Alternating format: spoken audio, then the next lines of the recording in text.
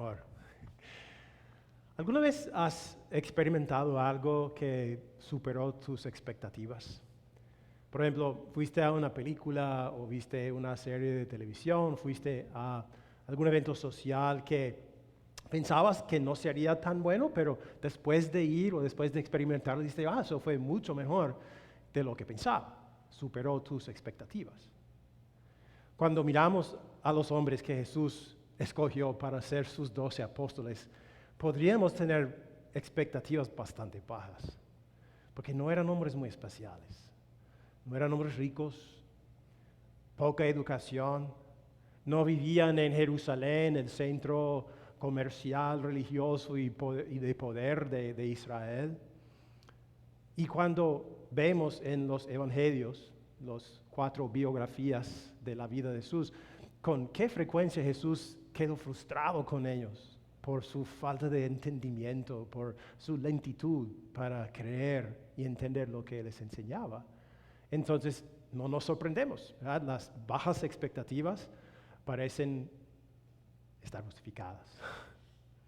Pero Jesús escogió personas así, creo, parcialmente para que nosotros no nos enfocáramos en ellos y en sus características sobresalientes, porque no tenían muchas, ¿verdad? Sino para que nos enfocáramos en Él, porque solo Él tenía el poder de hacerles superar cualquier expectativa humana. Y podemos decir que lo hicieron.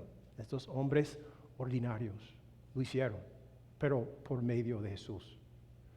Y hoy vamos a conocer un hombre que Jesús llamó para ser apóstol, que tenía bajas expectativas de Jesús, si te lo puedes imaginar. Empezamos en Juan 1:43.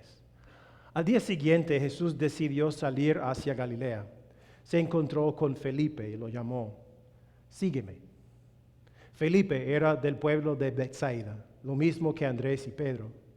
Felipe buscó a Natanael y le dijo, hemos encontrado a Jesús de Nazaret, el hijo de José, aquel de quien escribió Moisés en la ley y de quien escribieron los profetas. Pronto tendremos la oportunidad de conocer más a Felipe, pero para el día de hoy vamos a conocer al hombre que él invitó a conocer a Jesús, Natanael.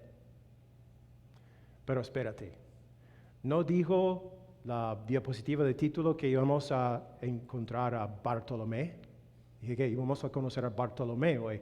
¿Quién es Bartolomé o Natanael? Bueno, déjame explicarte. En los 3 primeros evangelios, Mateo, Marcos y Lucas, cada evangelista nos da una lista de los 12 apóstoles de Jesús. Y en esas listas no se encuentra el nombre de Natanael. Pero en cada lista se encuentra un tal Bartolomé. Y siempre está en el orden de los apóstoles, siempre después de Felipe. Y en los días de Jesús, uno se conocía por el nombre de su padre y por el lugar de donde era. Por ejemplo, cuando cuando habló de Jesús, lo llamó Jesús, hijo de José de Nazaret. ¿Okay? Nombre del padre y lugar. Pues resulta que Natanael era el nombre de este apóstol y Bartolomé era como el equivalente al apellido. No había apellidos en aquel tiempo, pero Bartolomé en arameo es Bar-Tolmai, hijo de Tolmai. Entonces, Natanael y Bartolomé son la misma persona. Natanael es su nombre, Bartolomé es el nombre de su padre. Entonces, pero para hoy vamos a llamarlo Natanael. ¿Por qué?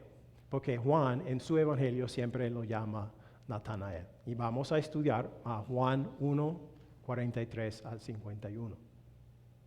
Pues parece obvio que Bartolomé y Felipe eran amigos, se conocían, aunque eran de pueblos distintos. Felipe era de Betsaida, un pueblo a la orilla del mar de Galilea, y Natanael de Caná, el pueblo donde pronto Jesús iba a hacer su primer milagro, cuando convirtió agua en vino. ¿Okay? Y Jesús de donde era Nazaret, de donde era Jesús, estaba muy cerca de esos dos pueblos. Pero podemos entender que había mucho más que la amistad que los unía cuando consideramos las palabras de Felipe, que no le dice a Bartolomé: Bartolomé, hemos encontrado este hombre tan carismático que dice que va a cambiar nuestras vidas y darnos mucho dinero y éxito y quitar todos nuestros problemas de salud. ¿Qué le dice? Hemos encontrado a Jesús de Nazaret, el hijo de José, aquel de quien escribió Moisés en la ley y de quien escribieron los profetas. Lo que realmente unían estos dos hombres era su fe. Creían que el Señor, el Dios de Israel, iba a mandar un Mesías para liberar a Israel. Los dos creían que Dios había descrito este Mesías en los escritos de Moisés y los profetas. Y ahora Felipe dice con confianza a Natanael: lo que hemos esperado por tanto tiempo ha sucedido. El Mesías ha llegado. Y en griego, el lenguaje del Nuevo Testamento revela mucho más, porque aquí en nuestra traducción que dice: hemos encontrado a Jesús de Nazaret, el hijo de José, aquel de quien escribió Moisés en la ley y de quien escribieron los profetas. Pero en realidad en griego es todo al revés. En griego literalmente le dice: el sobre quien Moisés en la ley y los profetas escribieron hemos encontrado.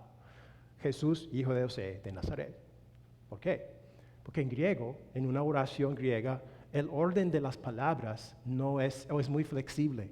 Si pones una palabra, una frase al principio de la oración, es porque quieres enfatizarlo. Entonces, ¿qué está diciendo Felipe? Diciendo: no, este hombre que he conocido, Jesús de Nazaret, él llena todos los requisitos. Todas las descripciones del Mesías que hemos aprendido, ellos se aplican a él. Él es como esas descripciones. Él sabía que era el detalle que Natanael quería saber, que este hombre cumple las profecías del Antiguo Testamento. Y Felipe en su oración deja un detalle para el final, que este hombre es de Nazaret. ¿Por qué? Quizás porque sabe cómo va a reaccionar Natanael en el próximo versículo. ¿De Nazaret?, replicó Natanael, ¿acaso de ahí puede salir algo bueno? Ven a ver, le contestó Felipe. ¿Qué era tan malo de Nazaret? No sabemos. Es posible que hubiera como una rivalidad entre las ciudades como Betsaida, Nazaret, Caná, tal como hay rivalidades entre los estados o ciudades de Estados Unidos. Yo crecí en Milwaukee, había una rivalidad con Chicago. Eso es normal. Probablemente, sabemos que las personas de Judea, donde estaba Jerusalén, menospreciaban a las personas del norte, de Galilea, personas como estos hombres. Y parece que en Galilea ellos menospreciaban a algunas personas también, quizás las personas de Nazaret. Podríamos decir que Natanael tenía un estereotipo negativo o un prejuicio contra la gente de Nazaret. Y eso casi hizo que él rechazara a Jesús sin conocerlo. Es decir, él no podría ser el Mesías sin siquiera conocerlo. Sus expectativas eran muy bajas. Es posible que nosotros no nos demos cuenta de los prejuicios que tenemos nosotros también, ¿verdad? Y el prejuicio nubla nuestro juicio. Tenemos a veces opiniones estereotípicas sobre personas de otros países o regiones, sobre personas que ganan más o menos dinero que nosotros, sobre personas que son de otros partidos políticos, de otro estrato social o quizás de otra iglesia. Y el prejuicio que hace nos hace sospechosos de ciertas personas y nos aísla de ellos, ¿verdad? No voy a hablar con esa persona porque es de tal región o habla tal idioma, lo que sea. Entonces, y eso es no en base en el conocimiento de esa persona, sino en ideas que pueden ser muy equivocadas. El prejuicio impide que amemos a nuestro prójimo como a nosotros mismos, ¿no? ¿No quisiéramos nosotros que otras personas nos conocieran antes de formar un juicio sobre nosotros, antes de juzgarnos? Sí, pero a veces no hacemos eso para ellos, personas que Dios creó para que las amáramos.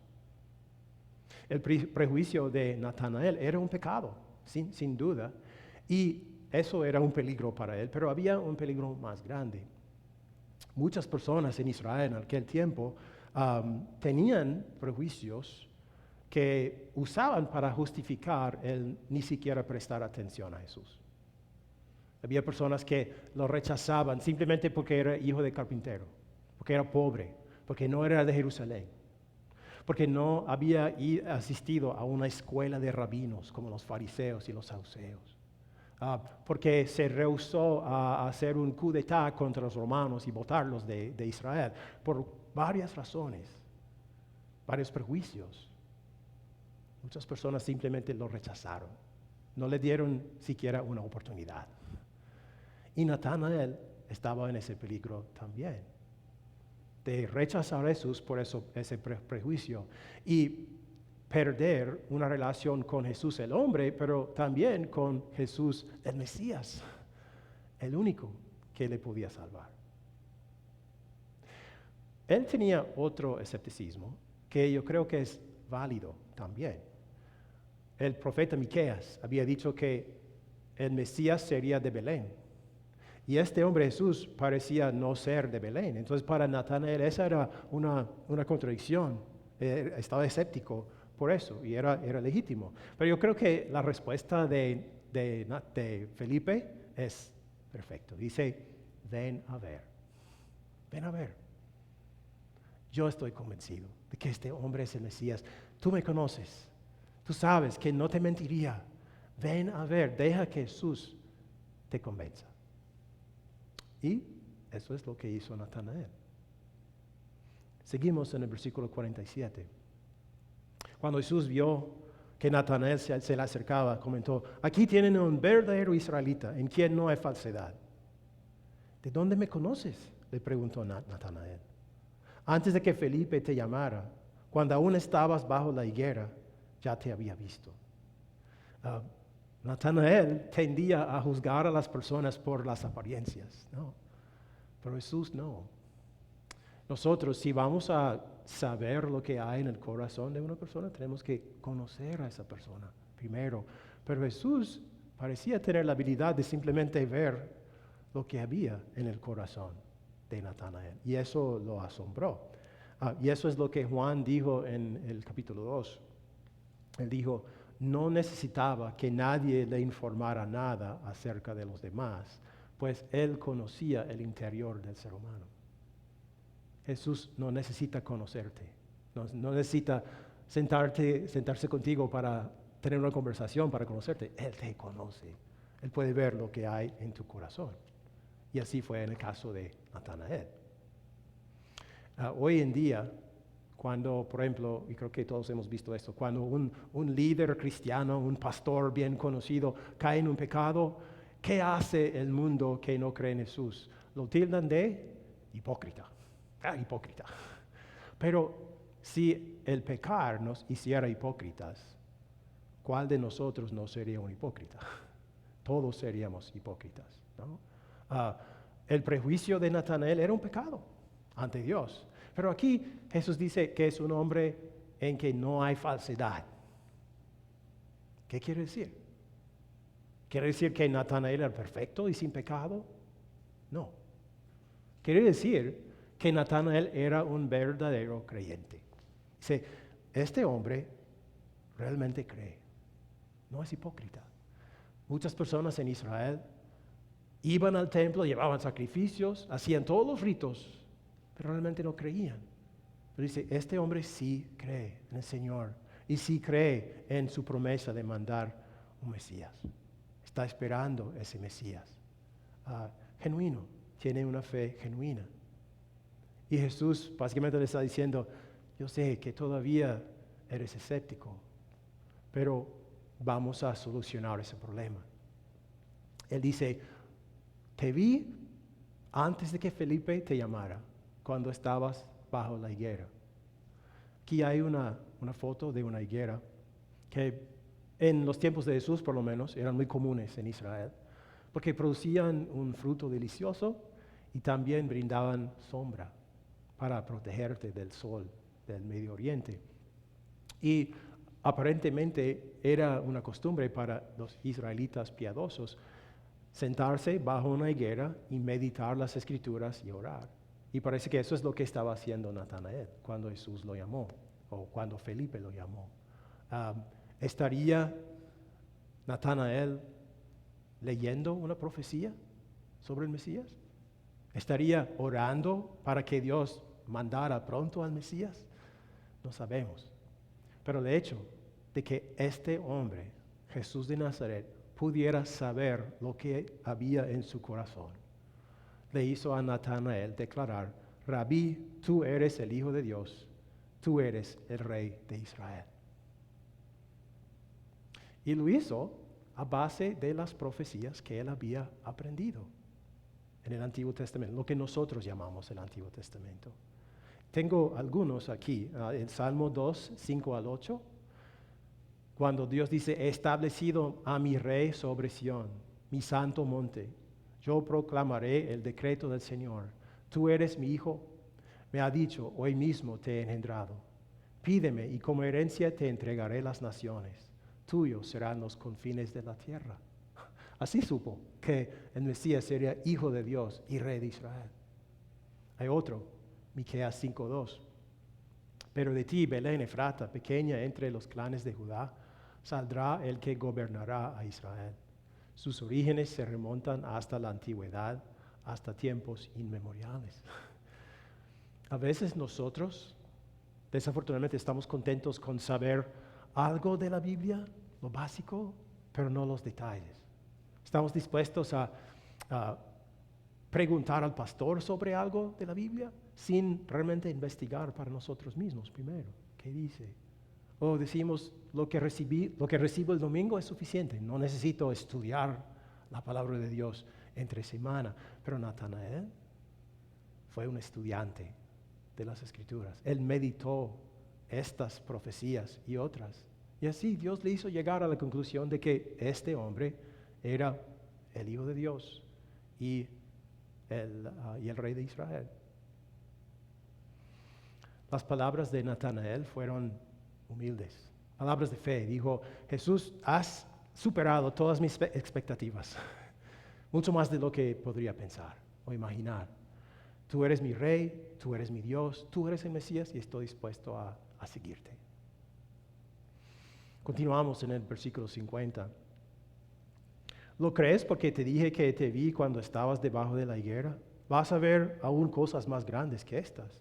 Y añadió: ciertamente les aseguro que ustedes verán abrirse el cielo y a los ángeles de Dios subir y bajar sobre el Hijo del Hombre.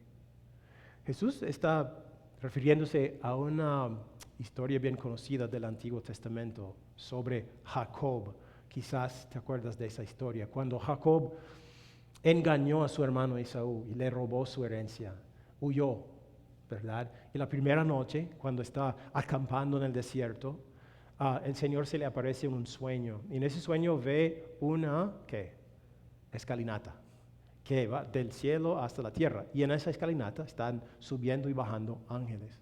Y por esa visión el Señor le dijo: Jacob, tú hiciste algo malo al engañar a tu hermano, no creíste en mí. Yo te habría dado una herencia más grande, pero tú cometiste un pecado, pero yo soy un Dios de amor inmerecido. Te voy a bendecir de todas formas, te voy a mostrar misericordia. Los ángeles que suben representan tus oraciones que van a llegar a mí. Los ángeles que bajan representan mi ayuda que te va a llegar. Y le hizo esa promesa porque algún día alguien sumamente importante iba a nacer de su familia. ¿Quién? Jesús. Exactamente. Entonces, ese sueño era un presagio de lo que iba a hacer Jesús. La escalinata era un enlace entre el cielo y la tierra, entre Dios y los seres humanos. Jesús iba a hacer ese enlace, restaurar ese enlace. Jacob era un hombre con muchos defectos. Natanael tenía prejuicio en su corazón. Nosotros desobedecemos a Dios cada día, de muchas maneras. Y eso destruye el enlace, destruye nuestra relación con Dios. Pero Jesús vino a restablecer ese enlace. Natanael y los otros apóstoles no tenían ni idea de lo que tenía que hacer Jesús para restablecer ese enlace. ¿Verdad? Cuando Él les dijo, bueno, yo voy a tener que morir en una cruz, morir la muerte más doloroso imaginable que se puede imaginar, ellos no querían tener nada que ver con eso, no querían que lo hiciera, pero lo hizo por amor a ellos. Entonces, el Hijo de Dios, el Rey de Israel, que no tenía nada de falsedad en sí, nada de pecado, recibió el castigo que merecen los pecadores, lo que merecemos nosotros. Él sufrió el infierno, Él mismo. Y así se hizo nuestro enlace para llegar a Dios. Él llega a ser nuestro enlace personal cuando confiamos en Él. Juan dijo en el capítulo 5, ciertamente les aseguro que el que oye mi palabra y cree al que me envió, tiene vida eterna y no será juzgado, sino que ha pasado de la muerte a la vida. Dios excede nuestras expectativas, ¿verdad? El amor de Dios supera nuestras expectativas. Quizás podríamos esperar que Dios disminuya un poco nuestro castigo, pero Él nos dice, no, te lo voy a quitar completamente. Completamente, yo voy a sufrir tu castigo para que tú no tengas que sufrirlo. Nunca. Ese lugar donde el Señor se le aparece a Jacob, Él le dio otro nombre, Betel. Betel significa casa de Dios. Con ese nombre estaba diciendo, aquí la gente puede tener una conexión con Dios, comunión con Dios. ¿Dónde puedes tú tener comunión con Dios?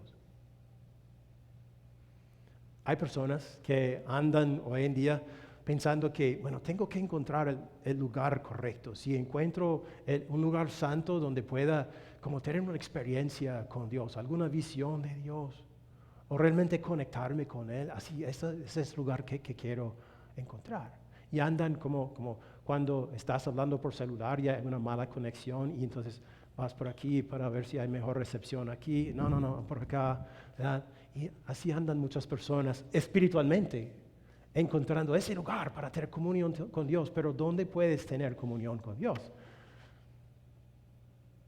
Con Jesús. Y no importa dónde. Tu conexión con Dios es Jesús. Divine Savior Church, ojalá que hayamos cumplido tus expectativas o quizás superado tus expectativas, no sé. Pero aquí, este es un lugar donde puedes conectarte con Dios. No porque yo sea tan bueno, no es porque los otros pastores o el personal de la iglesia seamos tan buenos, sino porque aquí Dios te habla. Aquí Dios te dice la buena noticia que necesitas. Porque nuestro problema como seres humanos es que tenemos expectativas demasiado bajas de Dios. Para nosotros sería la mejor noticia si Dios nos dijera, voy a quitar todos tus problemas, darte salud, darte mucho dinero y éxito y todo lo que tú quieras. Para nosotros sería la mejor noticia. Pero Dios dice, no, yo tengo cosas más grandes para ti. Tengo la mejor noticia para ti. Te ofrezco el perdón de todos tus pecados. Te ofrezco una relación sana conmigo, una relación que da bendiciones que perduran para siempre. Y te lo doy sin costo alguno. Es un regalo que te doy a ti. Por medio de Jesús, el Hijo de Dios y el Rey de Israel. Entonces no dejes que tus ideas preconcebidas sobre Jesús o sobre los cristianos o la iglesia cristiana te impida llegar a Jesús. Ven y ve, como dijo Felipe. Pues para terminar, podríamos decir que Natanael era un hombre que ya creía en el Mesías, aún antes de que el Mesías lo llamara a seguirlo como un apóstol. y conocía las Escrituras. Ya había recibido el gozo y la paz de conocer ese amor de Dios que nos salva sin costo. Jesús le dijo, van a haber muchas cosas mejores también, Natanael. Tu vida ahora va a ser una constante revelación de la verdad sobre Dios, su amor, su paz. Eso te va a llenar de gozo y alegría. Y esa promesa es para nosotros, es para ti también. Y no tienes que ser un experto para conocer a Dios. No tienes que llegar a un lugar específico para conocer a Dios. Se trata de simplemente abrir la Biblia y leerla para que Dios te hable. Y donde leas la palabra de Dios, ese es tu Betel, tu casa de Dios, donde tienes una relación, un enlace con Dios por medio de Jesús. Entonces, cuando la palabra de Dios obra en ti, donde quiera que sea aquí, en tu casa, en el trabajo, no importa. Cuando Dios obra en ti por medio de su palabra, Él cumplirá tus expectativas. Y mejor dicho, Él superará tus expectativas siempre. Amén.